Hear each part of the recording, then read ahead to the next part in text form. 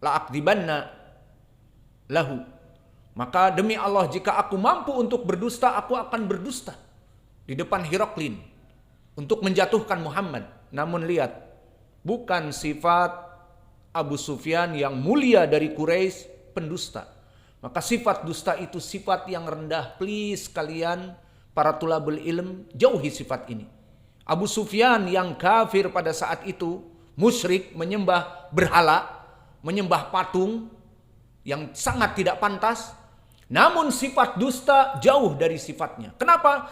Karena dusta ini bersifat menyeluruh, menghancurkan. Baik yang agamanya Nasara jika dusta buruk. Baik yang agamanya Yahudi jika berdusta buruk. Baik yang agamanya Konfusi, Buddha, Hindu buruk. Dan apalagi seorang muslim tukang dusta akan buruk. Maka awas, dusta ini lebih bahaya dari yang lain karena hadis tadi. Ya'ti ilal fujur. Maka menjatuhkan nama baik pula. Maka di sini dia sebagai gembong Quraisy, sebagai sanadid Quraisy, Abu Sufyan didengar nanti oleh yang lain. Ya Allah, dia memutarbalikkan fakta. Siapa Muhammad? Dia katakan dengan seburuk-buruknya, Muhammad demikian, demikian, demikian kepada Hiraklin. Semua akan mempersaksikan dusta Abu Sufyan. Tidak. Dikatakan, jika aku mau berdusta, aku bisa berdusta. Lawannya tidak mau dia mengikuti Nabi, maka Nabi Muhammad lawan dia, lawan sanadid Quraisy. Namun masalah dusta tidak masuk dia kepada dusta karena ini adalah rodail, akhlak yang buruk. Jadi please, dusta itu diingkari baik di agama manapun. Dan dia dusta itu dijauhi oleh manusia. Kamu bergabung dengan manusia manapun, baik kamu dengan awam, baik kamu dengan salafiyin, baik kamu di tolabul ilm di sini, sifat dusta buruk. Jadi please jauhi. Wahai tolabatul ilm, apalagi yang belajar Al-Quran dan Sunnah, jauhi dusta. Agar kalian tidak masuk kepada dosa-dosa yang terus menerus. Mau keluar tanpa izin, gampang dusta. Mau merokok di belakang pondok, gampang ketahuan dusta saja. Mau tidur di waktu sholat, gampang tinggal dusta. Kamu udah sholat? Sudah. Benar. Ya sudah. Kamu tadi keluar kemana? Enggak keluar, di sini ada. Padahal dia merokok atau apa yang dia lakukan. Kenapa? Berdusta. Maka sifat dusta Abu Sufyan pun yang kafir pada saat itu. Musyrik. Menyembah selain Allah, menyembah dari pepohonan, menyembah dari bebatuan, tidak berdusta. Karena dusta sifat yang buruk. Please jauhi dusta. Maka ini syahidnya kepada Abu Sufyan. Dia kapan diterima oleh Ibnu Abbas hadisnya? Di saat dia telah masuk Islam. Selesai dari pembahasan contoh muslim yang mana dia itu sebagai syarat untuk ada dan boleh tahammul. Sekarang kita masuk kepada contoh yang kedua sebelum balik. Maka dikatakan faqad tahammala ba'du sahabah qabla islamihim summa ada wa tahammala sigara sahabah hala sobahum wa adau ba'da bulugihim. Maka makna dari ucapan penulis rahimahullah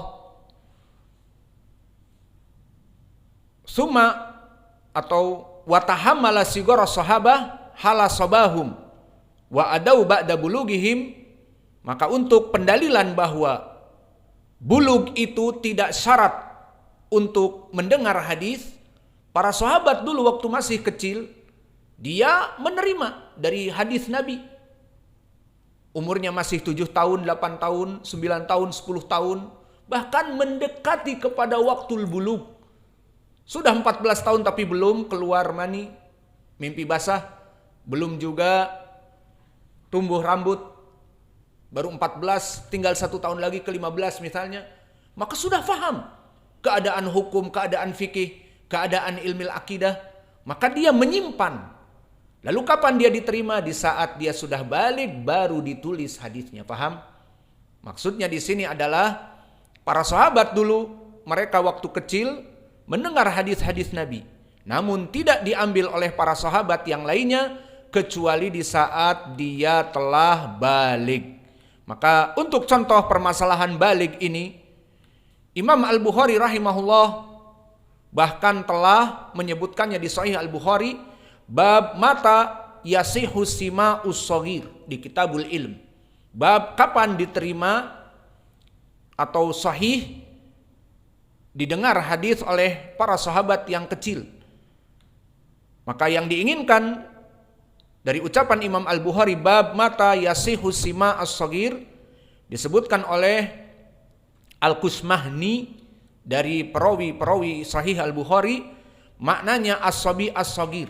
Maka maksud dari bab ini adalah al-istidlal ala annal bulug laisa syarton fi tahammul, bahwa bulug itu bukan syarat untuk seseorang menerima hadis, tidak, tetapi bulug syarat untuk meriwayatkan hadis. Berarti prakteknya para sahabat hidup di zaman Nabi waktu dia masih kecil, melihat bagaimana Nabi melaksanakan sunnah ini, melihat dan mendengar ucapan Nabi, ini adalah sunnah, ini adalah haram, ini adalah kufur, ini adalah bid'ah, ini adalah keislaman. Dia mendengar. Namun para sahabat tidak mengambil ilmu dari dia sampai dia bulug, faham? Maka mana pendalilannya? Disebutkan di dalam hadis yang diriwayatkan oleh Imam Al-Bukhari tadi, ada 2 hadis. Silahkan dirujuk di kitab Al-Ilm, bab yang tadi kami sebutkan, mata yasihu sima as-shaghir, kapan seorang rawi itu diterima dari mendengar hadisnya. Di saat dia sebelum balik diterima, selama dia hafalannya kuat. Maka hadis yang pertama diriwayatkan oleh Imam Al-Bukhari, haddatsana Ismail bin Abi Uwais. Siapa di sini? Keponakannya Imam Malik. Dan kedudukannya bisa dhaif ataupun hasanul hadis. Haddatsani Malik wa huwa Ibnu Anas an Ibnu Syihab. Siapa Ibnu Syihab? Muhammad Ibnu Muslim Ibnu Ubaidillah Imam Az-Zuhri an Ubaidillah ibni Abdullah ibni Utbah dari Abdullah ibni Abbas. Maka hadis ini dari Ibnu Abbas. Aqbaltu raqiban ala himarin atanin wa ana yauma idin qad nahaztul ihtilam wa Rasulullah sallallahu alaihi wasallam yusalli bimina ila ghairi jidarin famarartu baina yaday ba'da saffi wa arsaltul atan tarta'u fadakhaltu fi saff falam yunkaru dalika alayya.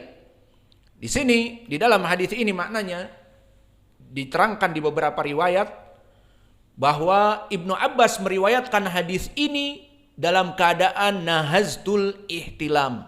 Maknanya aku sudah mulai mendekati bulug. Bisa jadi dia 14 tahun dan mendekati 15 tahun, atau dia masih 13 tahun dan setelah itu dia mimpi basah. Yang jelas dia pada saat itu belum balik, tapi nahaztul bulug, mendekati bulug, dan akalnya penuh. Apalagi dia seorang yang cerdik cendikia dari para sahabat. Maka di sini tentang hukum apa? Sutroh. Awas, sutroh itu hukumnya wajib yang rajih. Maka di saat Nabi di Mina, maknanya di saat Nabi haji. Berarti bukan di masjidnya. Salat di Mina, dan Mina adalah manhar. Mina adalah tempat ibadah haji dan umrah dan sembelihan. Maka di padang yang luas. Maka di situ Nabi menancapkan dari sutrohnya dengan tombak, dan Nabi sholat. Dan di belakang Nabi siapa? Para sahabat di shaf yang pertama. Nah, di sini yang menjadi poin adalah bahwa Nabi sholat di Mina ila ghairi jidar, tentunya tidak kepada dinding karena Mina lapangan. Famarartu baina yadai ba'di shaf wa arsaltul atan tarta'u fadakhaltu fi shaf falam yunkaru dalika alayya. Maka Ibnu Abbas turun agar masuk ke shaf ingin sholat bareng berjamaah. Maka dia lewat di belakang Nabi Muhammad dan di shaf antara dia dengan Nabi Muhammad, berarti shaf pertama. Aku turun dan membawa himarku dituntun, dan tidak ada yang mengingkariku. Kenapa tidak diingkari? Bukannya memutuskan shaf? Apa fikihnya di sini? Indak ya Hudzaifah. Apa fikihnya di sini ya Hudzaifah di hadis Ibnu Abbas ini? Kenapa tidak diingkari? Bukannya memotong shaf, dia bahkan dengan keledainya. sutratul imam, sutratul makmum. Taib, ahsan. Bahwa gambarannya Nabi, imam, sutrohnya ya dia. Maka Ibnu Abbas kalau melewati antara tombak hanjar atau khanjar dengan Nabi itu baru diingkari. Mungkin akan ditepis oleh Nabi sesuai dengan hadis-hadis muttafaqun alaih dari Abi Hurairah. Idza shalla ahadukum fa arada an yamurra falyadfa'hu. Maka bisa jadi ditahan. Atau kalau dia hewan, Nabi akan mendekati kepada sutra seperti di hadis Gonam. Bahwa Gonam yang ingin lewat, Gonam tidak berakal. Maka ingin melewati sutroh, Nabi lebih mendahului ke sutroh, maka Gonam itu lewat di belakang sutroh. Adapun di sini kenapa tidak diingkari? Karena Ibnu Abbas lewat di belakang shaf pertama. Afwan, di belakang Nabi, di depan shaf pertama. Faham? Maka tidak diingkari. Kenapa? Karena tidak memutuskan shaf. Iya apa tidak? Kalau itu memutuskan shaf, prakteknya di sini imam misalnya kalau kebelet kencing atau maaf dia pip kentut, berarti nggak boleh keluar. Kan shaf itu shafnya orang pertama. Apalagi lewat lagi nanti di shaf yang kedua karena masjid penuh misalnya. 2 shaf, 3 shaf baru pintu ke WC. Maka tidak boleh melewati mereka. Boleh. Jadi di sini kesimpulannya Ibnu Abbas melewati ke depan shaf yang pertama tidak diingkari dan dia di belakang Nabi. Karena shaf Nabi antara dia dengan sutroh itulah sutrotu orang yang sholat berjamaah. Kesimpulannya dikatakan bahwa wa ana yauma idin qad nahaztul ihtilam. Dan aku pada saat itu mendekati kepada waktul bulug. Maka di sini syahidnya pertama diterima khobar Ibni Abbas. Karena apa? Dikatakan aku mencapai bulug. Dan disebutkan oleh para ulama belum balik, namun mendekati kebaligan. Berarti diterima apa? Tahammul. Maka diterima khobar dia. Tapi kapan diterimanya? Di saat dia sudah balik. Kesimpulannya Ibnu Abbas di sini meriwayatkan setelah dia balik.